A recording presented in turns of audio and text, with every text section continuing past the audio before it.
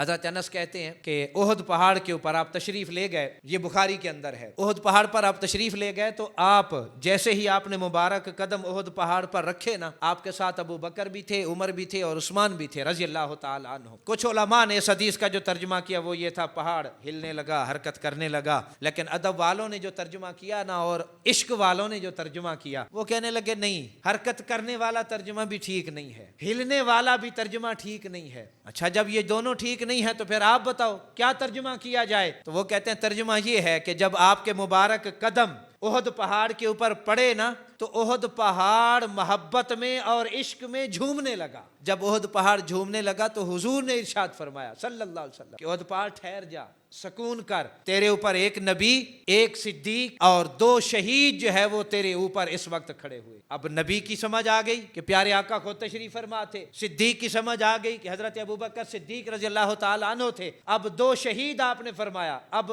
حضرت عمر بھی تھے اور حضرت عثمان بھی تھے، 2 شہید تیرے اوپر تشریف فرما ہے، تو ٹھہر جا۔ حضرت عمر کی شہادت کی خبر بھی وہیں کھڑے کھڑے دے دی، حضرت عثمان کی شہادت بھی وہیں کھڑے کھڑے دے دی، اور پھر لوگ کہتے ہیں، یہ بخاری کی روایت ہے، بخاری کی، پھر لوگ کہتے ہیں کہ حضور کو تو معاذ اللہ استغفر اللہ علم ہی نہیں تھا کسی چیز کا۔ بھئی اگر علم نہیں تھا تو جو شہادت حضرت عمر کی ہونی ہے حضرت عمر کے دور میں جا کے، حضرت عثمان کی شہادت ہونی ہے جا کر حضرت عثمان غنی کے دور میں جا کے، اس کی خبر آپ تو کئی سال پہلے جو ہے آپ ارشاد فرما رہے ہیں، آپ ارشاد فرما رہے ہیں کہ 2 شہید